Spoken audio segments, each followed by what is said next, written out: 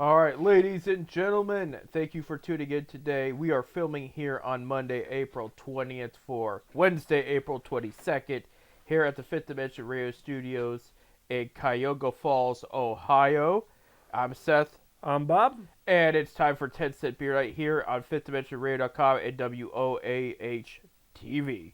So thank you for joining us every Wednesday, 7:30 to 8:30 p.m. Eastern Time. So, of course, this is good. This is the eve before the draft.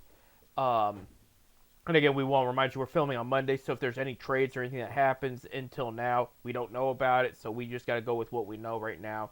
But before we go into that, because we'll be talking plenty of draft here coming up, our Cavaliers are in the playoffs, and we are filming on Monday afternoon, not Monday evening, so they haven't played Game 2 yet. But Game 1, spectacular. I know there was a couple possessions I think they could have done better, but you're going to get that. But as a whole, this was a great game. Great first game for the Cavs.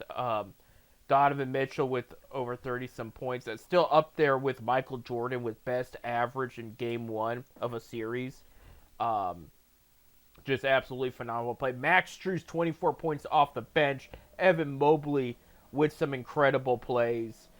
James Harden also doing his thing. And, I mean, they had a 20-point-some lead most of that second half. And they ended up winning 126 to 113. Again, Monday tonight is Game 2, so we don't know the result of that. I'm hoping that they pull off a 2-0 going into Toronto. With the team fully healthy, I mean, they look good.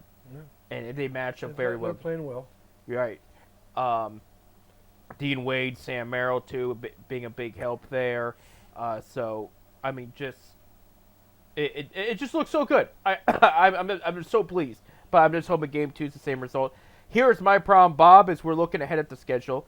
Game 3 is Thursday, 8 p.m. on Amazon. Okay? So here's the problem.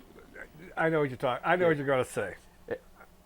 Okay, it's back on Amazon, so you have to have Amazon Prime. Prime. Right. Now, I will add in here, NBA ratings came out for the entire season. They went significantly up, and this includes with the Peacock and the Amazon and everything. So that was kind of. I mean, they went up. I mean, this was their best season maybe ever, viewership wise. I mean, it did very well. And it's you know, younger crowd has all this devices and these things like that. Right. Us old farts, you know, we don't. I don't got the. I want to see it on regular television. right. You know, we don't. We just don't got it. We never grew up in that era. No. You know, no. I mean, don't get me wrong. I do have Amazon Prime Yeah. because I do a lot of ordering online, and so I have to have the Prime. I buy the Prime. Yeah. But if I didn't have that, I would never get to watch. I would never get to watch the Cavaliers. Right. At this point here, and Game 2 tonight is on NBCS and Peacock. I don't think that's regular NBC. I think if it is, that would be great, but it just You is know NBC. what I think? I don't know. I know they said I know Peacock. NBC owns Peacock. Right. That's why I said I'm not going to say for sure it's going to be on NBC per se. And NBC's done good broadcasting the games this year, but going back to Thursday's game, 8 p.m. during the first round of the NFL draft, with Cleveland having 2 picks in the draft it's in Pittsburgh this year. It's like now they have had NBA playoff games during the first round before. They usually try to schedule around it because of ratings sake. You got people like us that like both sports, and so yeah, you could go to the bar and it would help the bars, and have 2 TVs with each thing on them. And where I'm going, I'll be at somebody's house with both things on them. But I'm just going, you know the situation, and you want the ratings and the money. Why did you schedule this game? Why not schedule this game for Friday? I mean, they're going to play Sunday already, but that way you get more of the ratings. Because I know, during rounds 2 and 3 of the NFL draft, you could get away with people most likely turning into the game and then switching back to the draft or whatever. You could do that for day one, but day one is the big hype thing, and that's where the majority of viewers are going to be watching. Because when you get to day 3, only nerds like me who like football that much are going to watch day 3 like that. But it's just to do this on day 1 is weird to me. I know in Toronto they don't have a team, so people are gonna be showing up. Look at the Argonauts. Well, that's not. That's Canadian Football League. They got football. Not during the draft, they don't. And then Sunday, Game 4 will be 1 p.m. on ESPN, so that's a little better, And then if necessary, Wednesday will be the 29th is going to be Game 5. So that's if necessary there. Going back to this is who leads what right now. New York has a 1-0 lead against the Atlanta. They play Monday night here, Game 2. Denver has a 1-0 lead against Minnesota. They also play Monday night here, Game 2 there in Denver. You got Oklahoma City won against Phoenix. Phoenix found a way to be in the playoffs. Bob, former Cavs assistant Kevin Ott, takes his team to the playoffs in his first season there, so that's great for him. Boston takes a 1-0 lead against Philadelphia. Joel Embiid did not play. The upset in the playoffs so far, Orlando beat Detroit in Game 1, 112-101. Of course, Orlando being the 8th seed. They've played J.B. Bickerstaff before a few years ago in Cleveland, and if you can remember that, it went back and forth until Cavs won Game 7. But Cavs won Game 1 in that series. Okay, so Orlando now has won Game 1. And then you have San Antonio beating Portland 111-98. And the Lakers did beat Houston 107-98. Kevin Durant did not play in that game, and Luka Doncic did not play for the Lakers. So you got all these stars injured and all these interesting playoff matchups. But that's where we are right now. It's still early, still trying to figure out who's going to do what here. I got New York beating Atlanta in this one. I got Denver beating Minnesota. I see LA beating the Rockets, but I can see the Rockets, if Durant can be healthy, turning around there, but LA's been playing red hot of late. I have Boston beating Philly there. I do have OKC beating Phoenix and San Antonio beating Portland. Good for Portland, by the way. I knew they were going the right direction. Chauncey Billups finds a way to get his team in the playoffs there. They're going to be just another year or two away from serious contending, but they're going the right direction there. So this was a good step in forward for Chauncey Billups there and the Portland Trail Blazers. So that's where your basketball is right now. But the Cavaliers, we would love to see them just dominate Toronto. I would love to see them sweep them because they've never lost to Toronto in a playoff series before that, and two, USA teams have just beat up on Canada since Canada booed at the national anthem. Yeah, so it's hockey related more, but still. Didn't Toronto have the season edge during its regular season? They swept the Cavs, but it was all November games. They played all 3 games in November, and they never played a healthy Cavs team. You should see the list of players that did not play in each game, Bob. They really did not play the Cavs. Yeah, that's why Donovan Mitchell says we don't really know them because we haven't played them since November. So that's where, one game may have been October technically, but by November they were done playing Toronto, which is weird because they usually spread it out really well in the schedule, but that's just not how the NBA wanted to do it this year. And no, I think the one edge the Cavs have that Toronto does is Toronto on paper has a good team, but they don't have the guy. Like, there's not you got a couple stars. You got Brandon Ingram there. You have R.J. Barrett's a fellow Canadian, so they like him there. So they got good players is what I'm trying to tell you, but they don't got a guy that's just going to take over.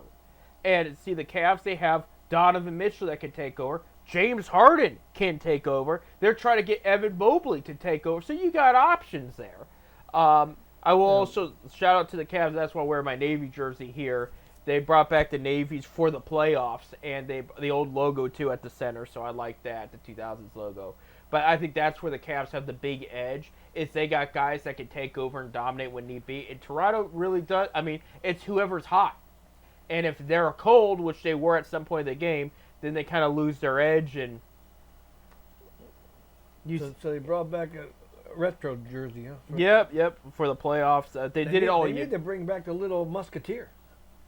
Well, that's what Sir Cece's for. Here we go. We got to switch gears to Major League Baseball because we're going to be talking a lot of football today, so we want to make sure we get it there. Cleveland last week, it was weird, but they went 4-3. They lost the series to St. Louis. That's where it gets a little weird. Okay, they blew game 2. They won game 1 easy, 9-3. I'm talking about the Guardians now.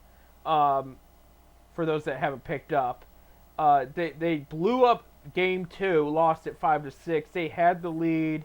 They've done that a lot this year. Yeah, and then lost game 3, 3-5. And then now they played Baltimore. They lost 4. They won 4-2. Excuse me.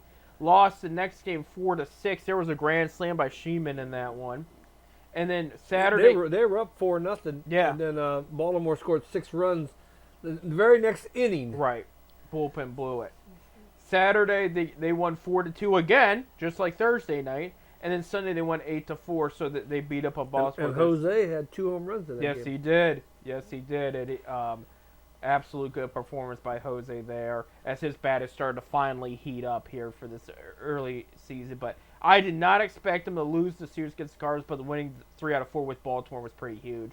This week, by the time you hear this, they've already wrapped up their series against Houston, who is at home. And I had mentioned last week that they were going to play that series by the time our next 10-cent beer night. In the weekend, though, they have Thursday off. They're going to be headed to the ALCS champions, the Toronto Blue Jays. They're up in Canada. Weird. Yeah. So Bob, this is weird. Can I say that? This is the 3rd time that the Cavs and Guards have been in the same city away. Okay. So it started off Guards' 2nd or 3rd series of the season was against the Dodgers. They were in town when the Cavaliers were playing the Lakers. Because there was a story about Chase DeLautner met the Cavs, and the Cavs are talking to him like he's just a fan. And he said, no, I play for Cleveland too. And they were looking at him like, what? He's a rookie. He's a rookie. They didn't recognize him. And then about 2 weeks ago, Cleveland was the Guardians were in Atlanta, and the Cavs were in Atlanta to play the Hawks. And now this weekend, Guardians will have a series against the Blue Jays, and Cavs will be in the middle of a playoff series against the Raptors in Toronto. So I don't. Do they know this?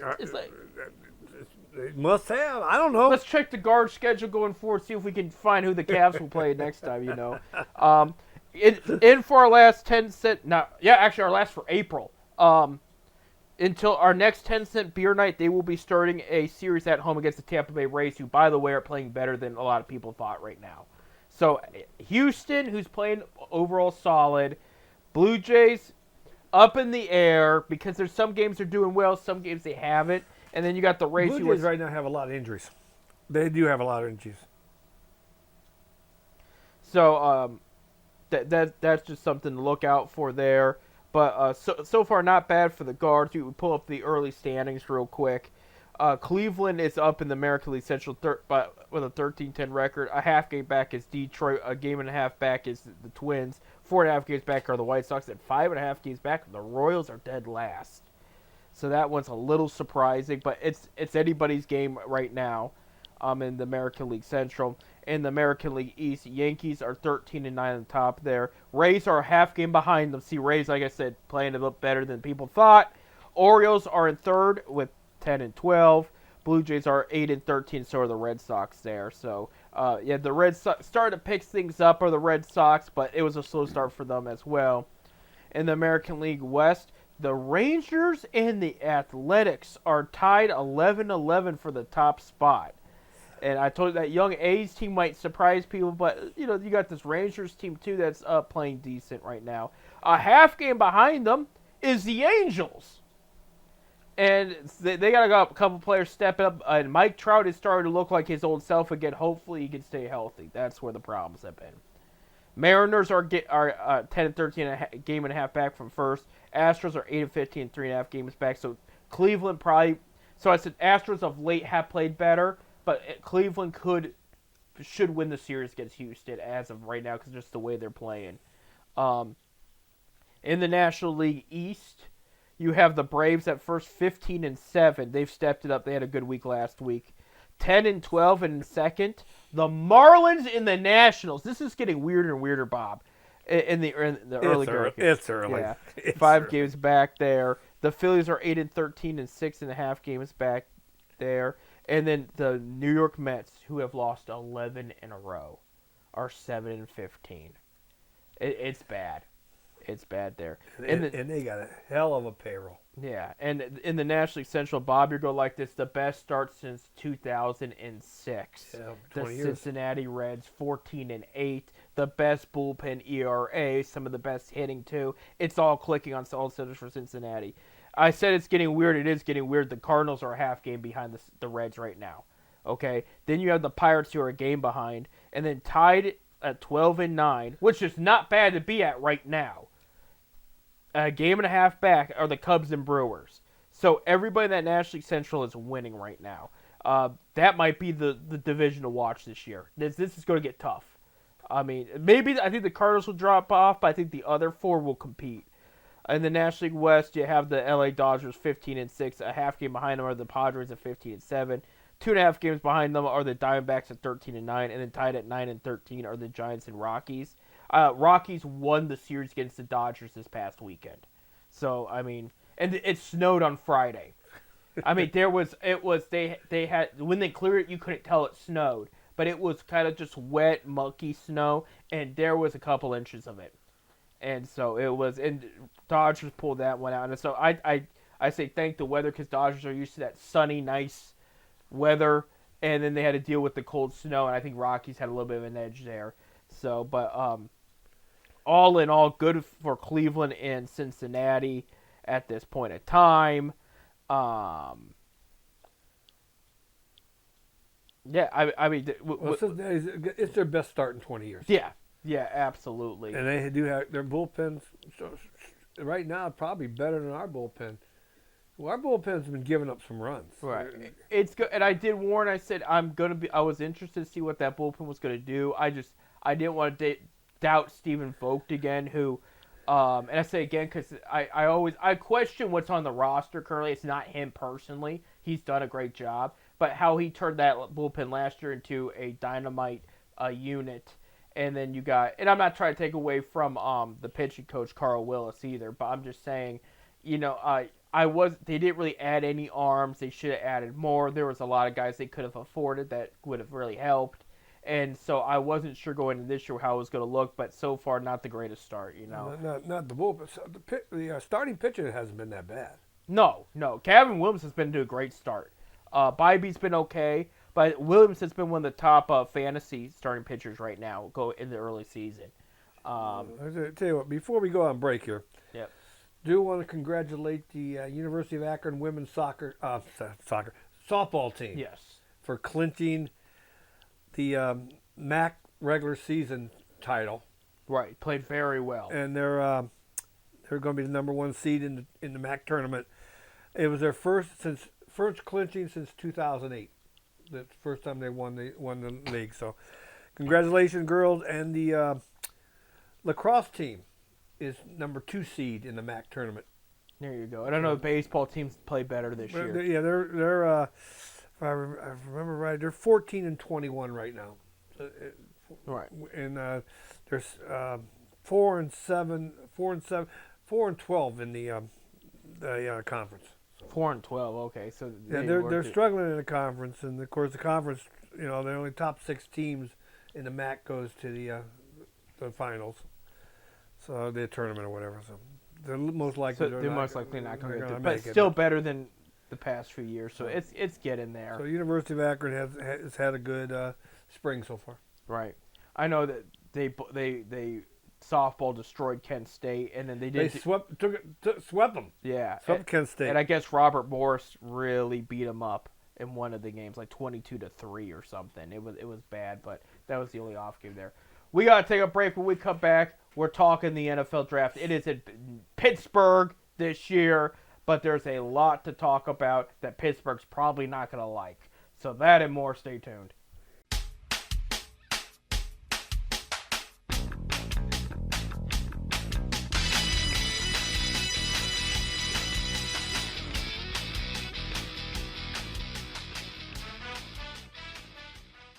Welcome back to 10 Cent Beer Night here on FifthDimensionRadio.com. I'm Seth. I'm Bob. And Bob's just in a goofy mood right now. And I mean, we all are kind of little perky us Browns fans because this is the happiest we're going to get until things really, really actually happen. Until about the middle of the season when we know we're on Until it. game 1 of the season, and we're like, oh no. Because the preseason, they could lose bad. It's just don't count. It's just, hey, we saw football. That's all. I will tell you. I tell people all the time, if you're going to take children to a Browns game, make it a preseason because everybody's so nice and in a good mood, they'll behave in front of them, and the games don't count. So it's warm atmosphere. It's warm, literally weather-wise warm. Today it's cold, but we'll get more what Bob calls golf weather later this week. But Mother Nature wanted to remind us it was still just April in Ohio. It's never cold. It never rains on a golf course. Right. And I tell people because it's warm outside, people will behave. The regular season, don't take a kid to a Browns game.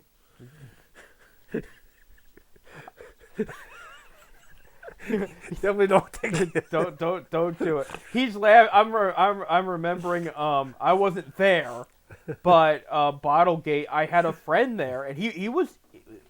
How old would we have been? 11 years old. So he was a kid, and his sister's there, and he said they talked about like CD players flying past people because they threw all kinds of stuff on that field for Bottlegate, and he said he won't forget. Somebody took a whole thing of nachos and smacked his sister in the back of the head, and there was nacho cheese everywhere. And he said he couldn't quit laughing, but I was just like, for a kid to witness. You ever notice this stuff all happens in Cleveland? Yes. We got Bottlegate with the Browns game. We got 10-cent beer night for the Indians. And that ref crew, which I can't think of his name on top of my head right now, but the guy that ref the recent Cavs-Raptors game, game 1, not game 2. He's always the worst. Tony something. He's supposedly going to retire after this year. And every time he refs in Cleveland, you get that feeling, are they going to do something? Because his calls are so bad most of the time. You wonder if he's pushing the buttons to unlock the Cavs version of that story. But let's think more positive here. Okay, Bob, we're going into this draft. We got a new coach in Todd Monken here. We had an interesting free agency. There was some moves. There wasn't nothing flashy. I actually got the list here. By the way, I will say this: my mock draft is posted on the 10 Cent Beer Night Facebook page. So if you want to actually read what I put down, you're more than welcome to. And that's just 10 Cent Beer Night. I think it's show we have there. On Facebook, so you could go on there and it'll be there. You can pull it up and read it. Let me real quick so I don't accidentally misedit what I put down because I pulled it up on the mock on the app. They added for the off season. Titus Howard, they traded. He's going to be the right tackle from the Houston Texans. Zion Johnson, who was a guard for the Chargers. Center Elgton Jenkins, who was a Pro Bowler for the Packers. Linebacker Quincy Williams will replace Michael Bush. Defensive tackle Kalia Davis there helps against the run game on the defensive line. Julian Okwara, defensive end. They had another defensive end from the Bills they were going to sign, but his physical failed. Jack Stahl, tight end, big tight end, but more for blocking, and kick returner Tylan Wallace.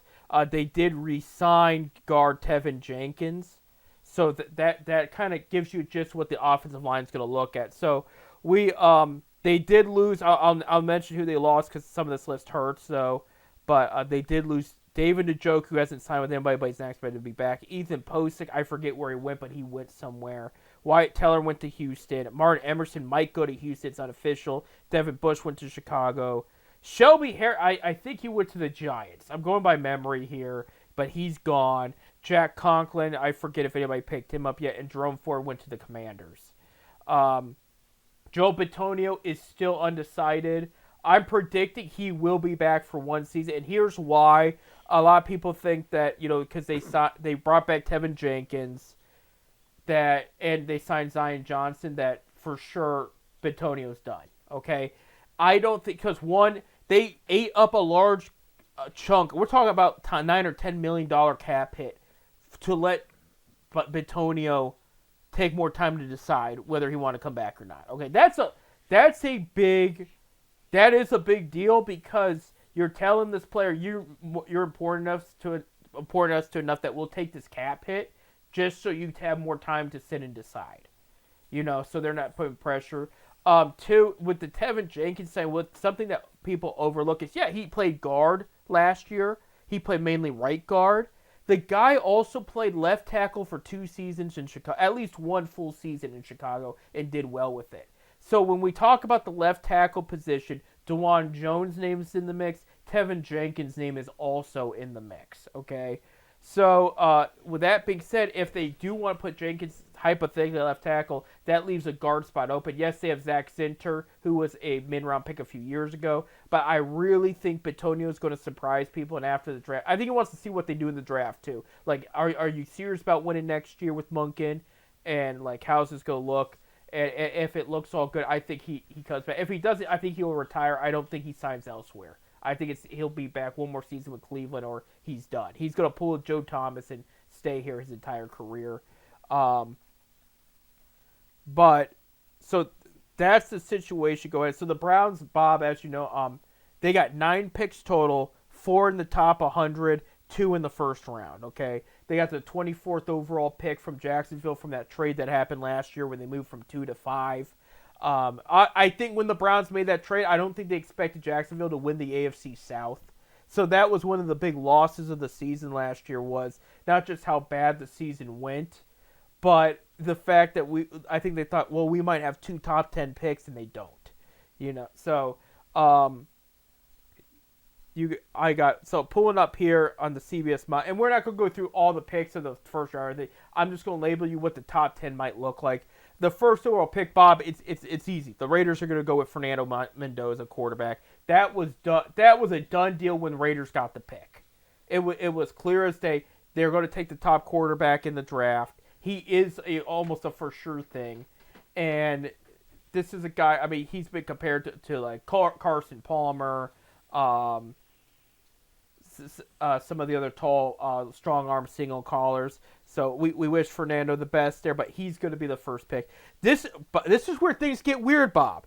This is because the rest of the draft could go anywhere as far as the first round goes. Like, there's some picks you go, okay, I can see this guy going here. You get every year. Most of this, I'm talking about the last 31 picks. You're not sure what's going to happen. Exactly. You can have guesses. You can have an idea.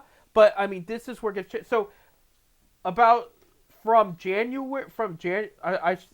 end of December, I'll say, until 2 weeks ago, people thought the Jets were the number 2 pick. They thought Averill Reese from Ohio State was going to be the pick.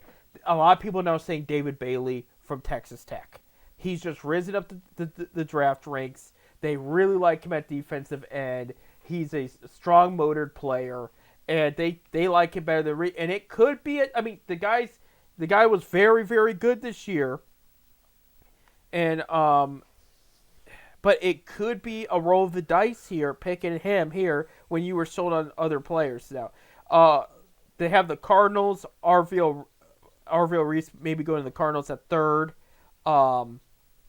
This is a toss-up. They were reported today that they might look at Jeremiah Love, the running back, instead. Or, I guess the Chiefs and the Saints have talked to them about a serious trade. And it might involve Jeremiah Love, the running back there. This is a CBS mock. I'm just breaking down real quick for you. It's not the primary one I use, but they are good.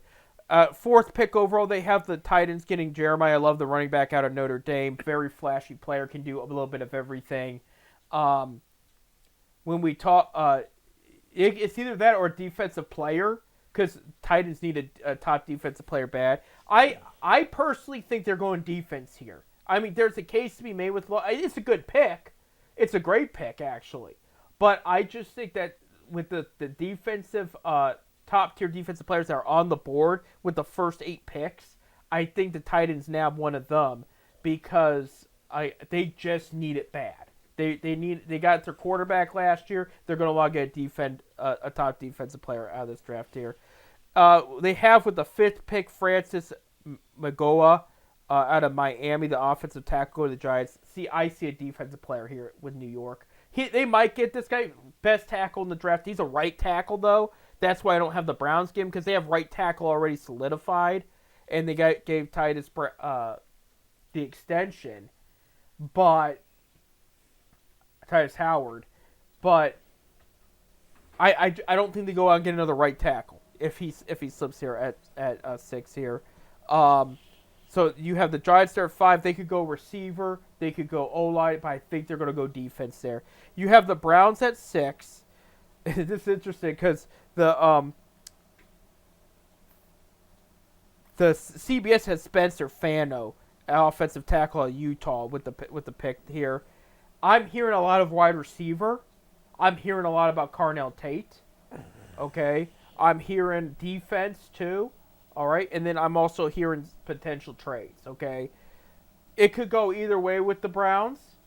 I'll tell you what I think here in a little bit. I just want to kind of break down the top 10 and show people where they're at and why it's important.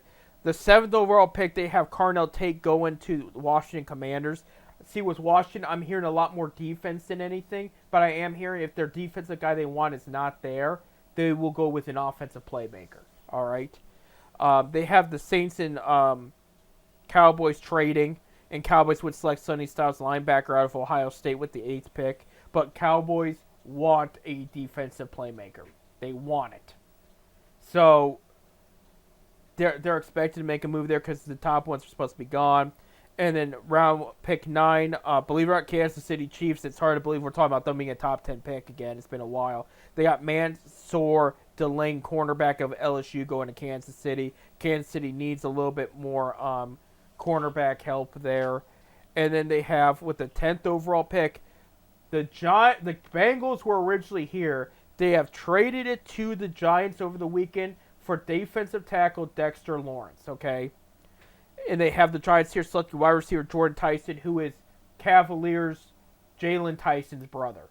Okay? Yes, Cleveland Cavaliers, for those that didn't know.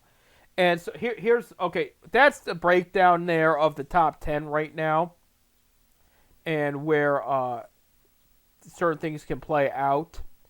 And I do think some players will fall farther than people think. And I think some players will go in some places that people don't expect as well.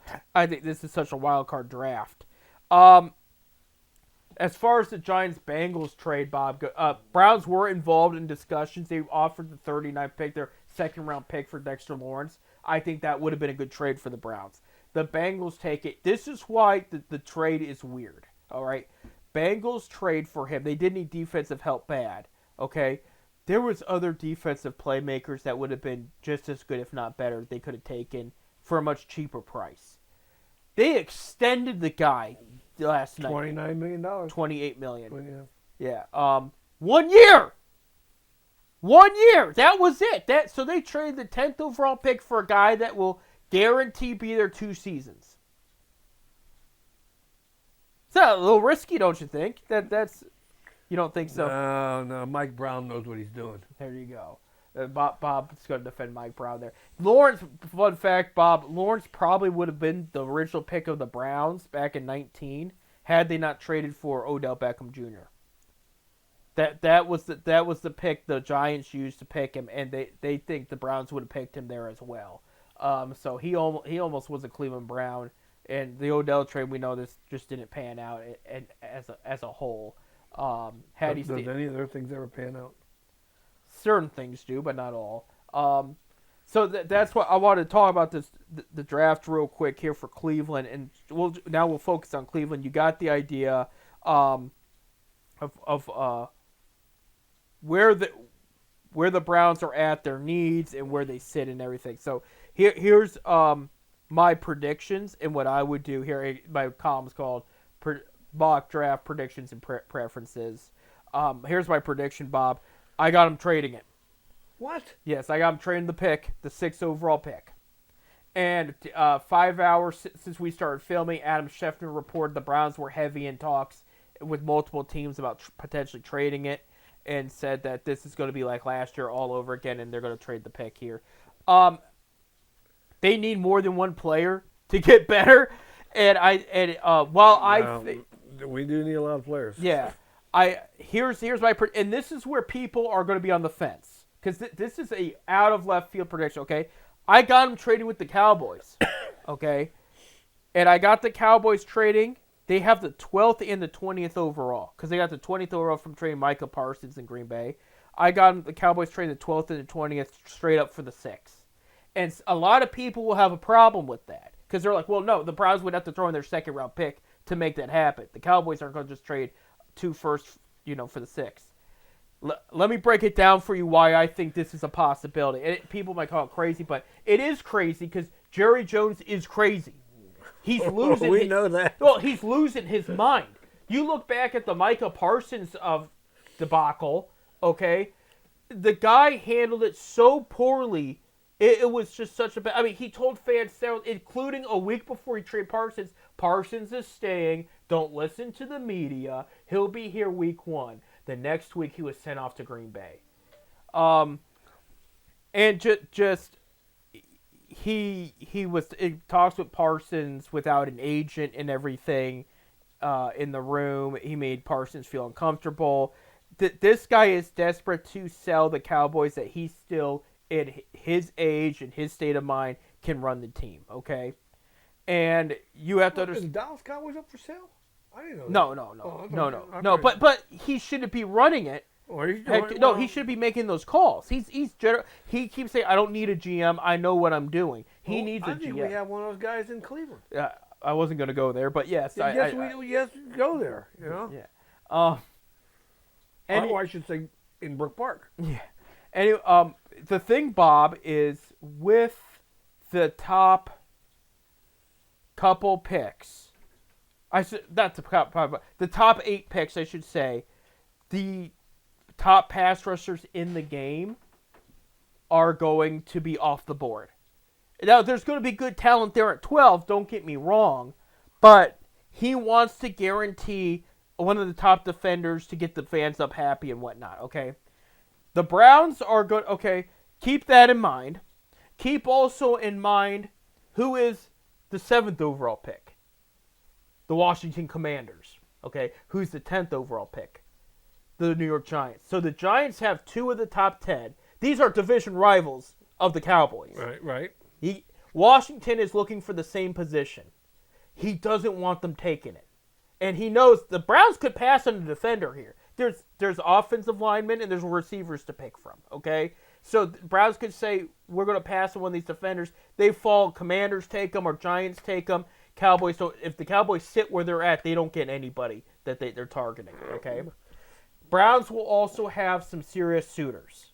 We're talking about maybe the Rams, but Seahawks and Bills have reportedly called teams in the top 10 willing to give up a haul. And we're talking this year's first, next year's first, and a bunch of mid-round picks, okay? So all Andrew Berry has to tell Jerry Jones is say, look, I got these deals on the table of 5 picks or more, including 2 first rounds. You want to beat these offers? Just throw down your 2 firsts and just for the 6, and I'll make it happen. He's desperate enough. He might do it. He might do it. And then he keeps his other picks for the draft he can use to beef up the defense, but he takes those 2 and he turns them into Micah Parsons' replacement. I wouldn't rule it out. People are going to think this is crazy. Because, again, not another pick's involved, but Jerry Jones is nuts. If there's one guy that's going to do it, it might be him. Well, he's definitely losing it. Yeah. Well, he's been losing it for the last couple of years. But we got to take a break. When we come back, we'll talk about the rest of the Browns draft for this upcoming weekend. Stay tuned.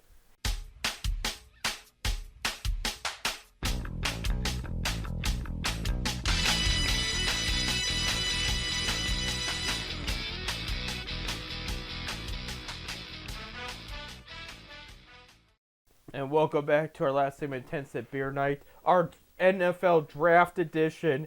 And Bob, are you nervous for the Cleveland Browns?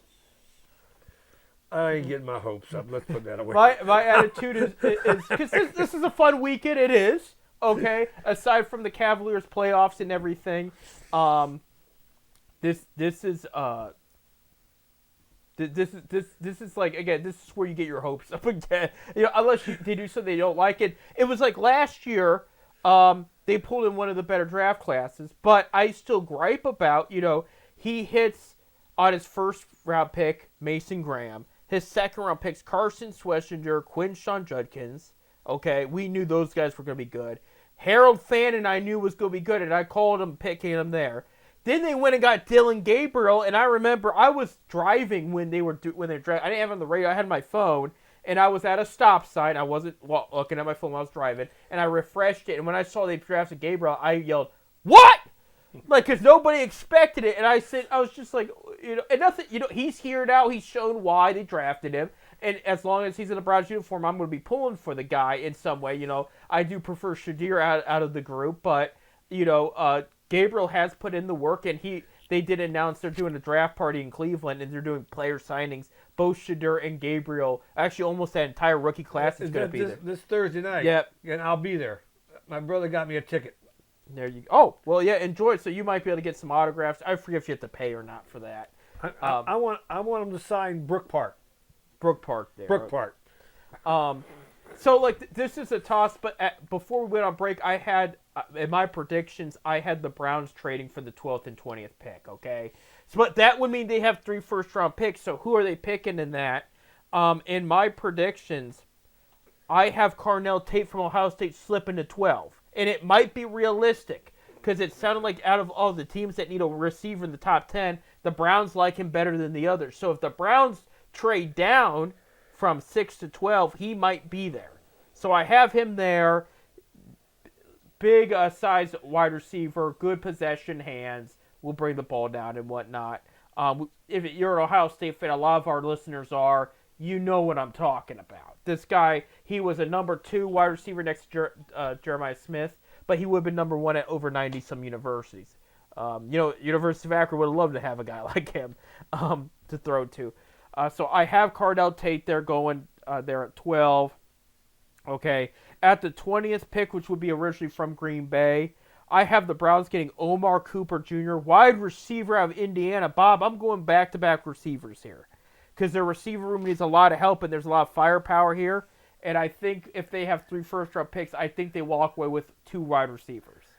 So it's just because, last year they needed some serious quarterback help, long-term options. They picked 2 quarterbacks, absolutely threw the NFL off.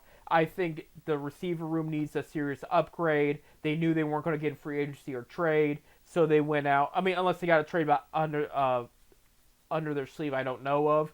But they're going to go out and get some young, good prospects. They're guys that can be 1 and 2 punches. And I think that getting these 2 guys would really complement their system. And I think they are going to get somebody there. Omar Cooper Jr. was originally a second-round pick.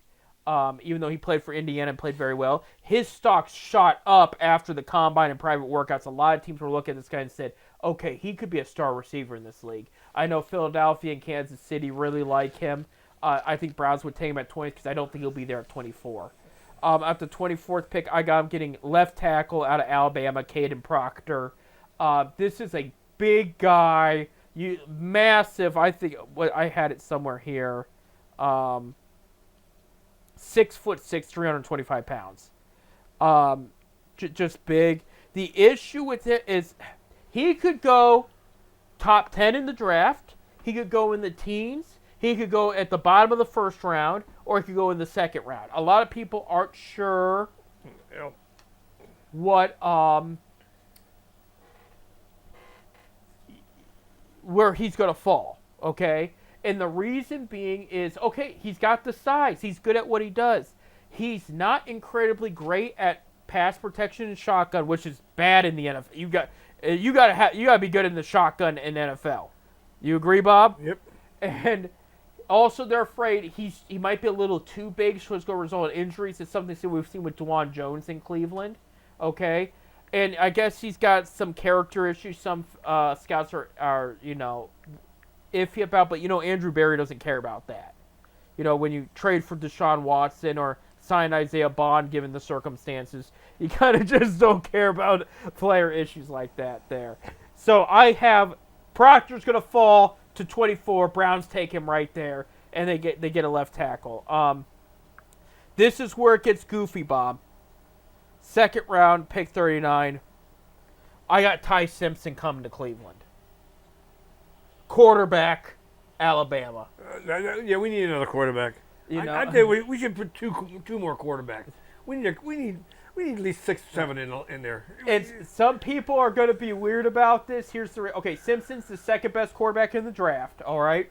All right. A lot of teams. There's other needs. This is a good deep depth draft this year. So and quarterbacks bigger next year. There's like 6 or 7 potential franchise quarterbacks predicted to be in the draft next year. Okay. So quarterback needy teams are going to hold off and wait till next year. You know, got the Cardinals committed to Jacoby Brissett. You got the Jets committed to the reunion of Geno Smith. They don't want to throw a wrench into what they have, especially with there's a lot to like about Ty Simpson. He's accurate. He reads the defenses well, but his long range game, passing I should say, is kind of iffy. It's not up there to what you would expect a top tier quarterback prospect to have. So he's gonna fall to. I think he's gonna fall to the 39th pick. He's gonna fall to the second round, and I think some of the other teams are gonna pass on him. And he's gonna fall to 39. Cleveland takes him here because his dad is Todd Monken's best friend. They've known each other for a long time. Simpson said in his combine interview. So you're telling me it ain't what you know, it's who you know. Partially. Simpson said in his combine interview, they're talking about the teams that potentially could draft it. They talk about, hey, Brown's got a new head coach, and he said they got their guy. They got the right guy. They're going the right direction now. And he told them, they said, what's your dream scenario getting picked? You know, some guys say, like, whoever, I just want to be picked. I want to play. He said, going to Cleveland and playing under Todd Monken. That was his dream scenario. And I think that they're going to get Monken their guy. Like, Dylan Gabriel was Stefanski's guy. So I have him getting traded now to the Miami Dolphins for their 4th round pick. Because Dolphins have 5 third-round picks. They're going to be willing to part with their 4th for quarterback depth. So they're going to get Ty Simpson here in the 2nd round. And they're going to... we don't. I don't know. I don't agree with it. This is my prediction here. Okay. Yeah, I believe. I mean, I don't. Yeah. I got in the 3rd round, pick 70, Brandon Sissy. I think that's how you say it. I apologize if I said it wrong. Cornerback out of South Carolina. Browns are going to be looking for a 3rd cornerback to join Denzel Ward, and I had his name up here. Well, I can see that. Tyson Campbell. I can see that pick. Yeah. Yeah, you're just in disgust about the quarterback. I'm in disgust. We don't need no more quarterback. We got supposedly the best quarterback in all of football in Watson, who hasn't played it down yet. We might get a new contract too. Yeah. We got a NFL legend's son in Deion Sanders. You know, and we got Gabriel, and who's the other quarterback? We got another one. There's 4 quarterbacks there. We got another guy sitting behind Gabriel and Saunders. I can't remember who the guy's name is. There's 4 quarterbacks. We really need more quarterbacks. Right. 4th. Yeah, I mentioned they're getting a cornerback here. Cornerback in the 3rd round. 4th round, I got him selected Oscar Delp, tight end out of Georgia. They are looking at this guy.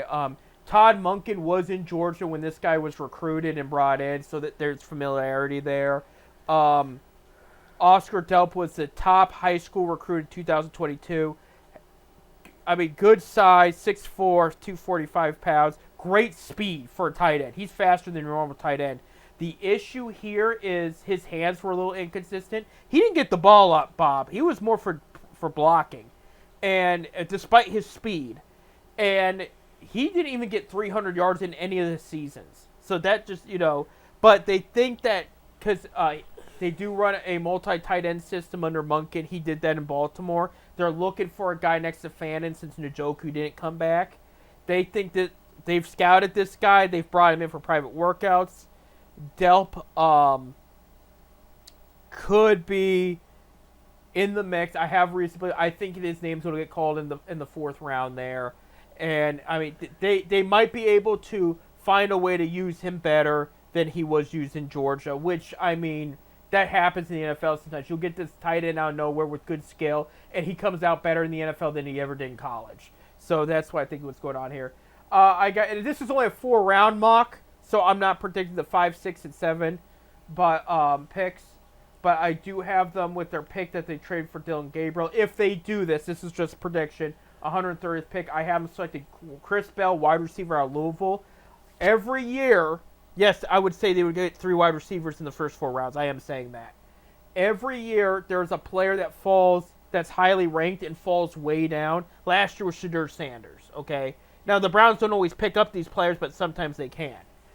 Bell is predicted to be a second-round pick. He's going to fall. The reason being, he tore his ACL last November. He's not expected to be back until at least October. So a lot of teams don't want to roll the dice on him unless they're really sold on him and willing to be patient with his recovery process, you know. Because a lot of guys want to draft guys that are going to produce right away. You know, with Chris Bell, he's got a lot to offer. Great player, great size, does a little bit of everything. But, again, they're not sure what he's going to look like after that ACL repairs. Yeah.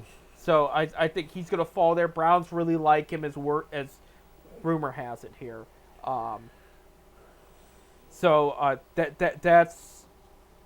That's where I'm at there. You want to hear my preferences, Bob? Who I would pick?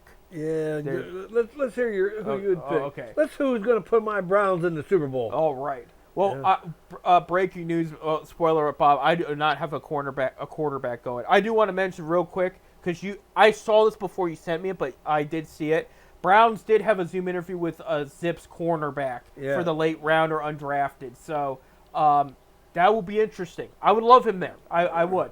Well, he had a great 2 years in Akron. Yeah, he did. He really did, and he was very disruptive. So it might be right up their alley. You never know. So even if it's undrafted, pick him up there. I'm down to bring him in. I as much as I would be open to trading the 6th overall pick, I like Sonny Styles out of Ohio State too much, the linebacker. And I think if you put him next to Schlesinger and opposite side of Williams and behind Myles Garrett, you got such a good player. He's almost a guaranteed thing, Bob, like next to Fernando Mendoza. He's got all-pro written all over him. You just got to use him correctly. And I like him I don't want to. If he's not there, I would want Caleb Downs or I would trade down. Okay, I do like Cardell Tate a lot too, but if Sonny Styles and Caleb Downs would change the locker room for the Browns, it would help. You know, I just feel we need to boost that offensive line. Well, I'll get there. With the 24th pick, I'm picking Denzel Boston, wide receiver out of Washington. They need another receiver bad. This guy, 6'3", decent speed, but he's got agility and juke moves out of like crazy. He canes on. He was the best receiver in the NCAA at hanging on to the ball. Okay. He's like Puka Nacua out of the Rams. He bounces off defenders, does a bunch of juke moves, and keeps the game going. I really like him a lot. If we could get him at 24, I'd be so happy. All right. I trade, Bob, the 39th pick to the Rams for the 61st and the 93rd pick. So the Rams pick Ty Simpson to sit behind Matt Stafford. So they get their long-term coach. So I have Simpson falling to day 2, regardless of if I'm right about the Browns or if I would handle it, you know. No matter what the other teams do, I have Ty Simpson falling, okay? So I got the Rams, that they'll use that pick there. I go back to 61, and for the 61st pick, I pick cornerback, not cornerback, D'Angelo Pons out of Indiana. He's 5'8", he's a little bit shorter, but he's tough, he tackles well, and he went up against some of the best wide receivers in college and really locked them down. That includes Jeremiah Smith of Ohio State. He did very, very well against him. He's tough. He's smart. I like him a lot. I think he fits in what they're trying to do here. With the 70th pick in the third round, I pick Malachi Lawrence, defensive end and linebacker, edge rusher out of UCF there. Big guy, a lot of power, good speed, but a lot of strength. Good at pressuring. I mean, similar to Myles Garrett, where he's not as big as Myles, but he plows through offensive tackles like Myles does, similar. And he will bring the pressure, he will bring the hurt. And I'm all about you can't have enough pass rushers. The more in your rotation, the better. I like Isaiah McGuire and Alex Wright here in Cleveland. I'm just adding another guy behind them that can hopefully, give Myles a little bit of breathing room and still create the pressure. I mean, how much of a nightmare would that be if your defense is? I got third round, 93rd pick. Remember, I got it from the Rams. I picked left tackle out of Florida, Austin Barber. Good, healthy kid. Big size. He's 6'4", 6'6", 318 pounds. Played basketball in high school. The footwork is there to help with the speedy defenders. He'll be a project. I like the idea of giving DeJuan Jones more another chance at left tackle with him healthy. But I think you get Barber there. You get him some reps. You got good offensive line coaches with Todd Monken. They will help develop him, and he could be a good player. And Bob, I agree with you so much on the offensive line that with my 107th pick in the fourth round, I'd pick another left tackle. Yeah. Markel Bell out of Miami. The Hurricanes had the best offensive line in the NCAA last year. The thing with him, Bob, is he only started one full season. That was last season. He didn't allow a sack. He's compared to DeJuan Jones, who the Browns already have, because he's 6'9". He's big guy. Big kid. Yeah, and that's what they're worried about. Is he only played one full season, and the injuries potentially with his size. But do you know where he came out of when he transferred to Miami? What MAC school? Oh, it wasn't. Holmes Community College. That's why some of the NFL teams are on the fence, because they're like, he came out of nowhere. Well, most kids that go to community colleges, it's because they probably didn't have the grades to get into the D1, and that's where the problem is. But that don't mean that kid ain't that good. No, and that's why I like him. And actually, the Browns have scouted him, and they're looking at him. I like him a lot. I think he's going to need some work. He's not going to start right away, but he's got the size. And I will say the year before he did give up 3 sacks, But I mean, he improved during the season. So the guy learns and he adapts. And usually when you draft that low in the draft, which is not terribly low. No, mid round. Okay. Usually when you go down there, you're going to get guys that are going to be the ones you're going to have to work with. Right. It'll be a year or so. They're not going to make an immediate impact right then. Right. But I got 2 left tackles, Bob, because the injuries to offensive line has been a problem since Barry's been in. He has not gotten enough depth behind there. I have argued that he needs to. There's sometimes he has gotten, like I'll say the guards and centers last year was not the problem because there was enough depth, but the tackles were the problem because he just didn't have enough, and he gets too confident certain players are going to make it through 17 or more games, and that's not the case in the NFL. You got to have backup plans, all kinds of. You got to be prepared for anything. Well, I heard the other day they're thinking about moving it to 18 games. Yeah, because Joe Flacco said something to them about it. He was upset. He thinks that's overdoing it. Well, I think you're still playing exhibition. You're playing 2 or 3 exhibition games. Yeah, they would take away 1. Yeah, it would be 2 preseason if they did that. Yeah. And I do like an even and out games better than an odd. But you're still playing those 2. You might not be playing every down because everybody's playing. Right. But you're still being hit. You're still being. If you're going to do it, just do it. I mean, I don't know. Well, hey Bob, that's a wrap. We'll be talking about the results of this draft next week for sure. We'll be also talking about where the Guardians are in April as they'll be wrap up their first month of baseball here. We'll be talking about next week the Cavs in the playoffs. I really hope we're talking about them moving on the sector. I hope they sweep Toronto. If not, I hope we're talking about advancing anyway. So we'll have plenty to talk about going into next weekend. By the way, shout out to the Akron Rubber Ducks, their first no-hitter since 2015. Yesterday, 5 pitchers threw a no-hitter. 5 pitchers? 5 pitchers threw a no-hitter in Canal Park on Sunday. So just pay attention to Rubber Duck. I think we're out of time. I can't look it up, but check their home schedule. Go and see the play. I know. Go see some minor league Good ball. crowds so far. Good crowds for Akron. People are really enjoying it, and they're playing decently. They had a good week this past week. So just support the team. And again, they had a no-hitter, so they're doing something right there. So we'll talk about that and more next week. But with that being said, I'm Seth. I'm Bob. Go Cavaliers and Browns. Please turn the ship around starting this weekend. And go Guards. Yeah, we'll find out about that more. And Zip softball. Go ahead, ladies. Show them how we do it. Okay. Show them how we do it in Zip Nation. We'll be back next week. You guys take care. Have a good weekend.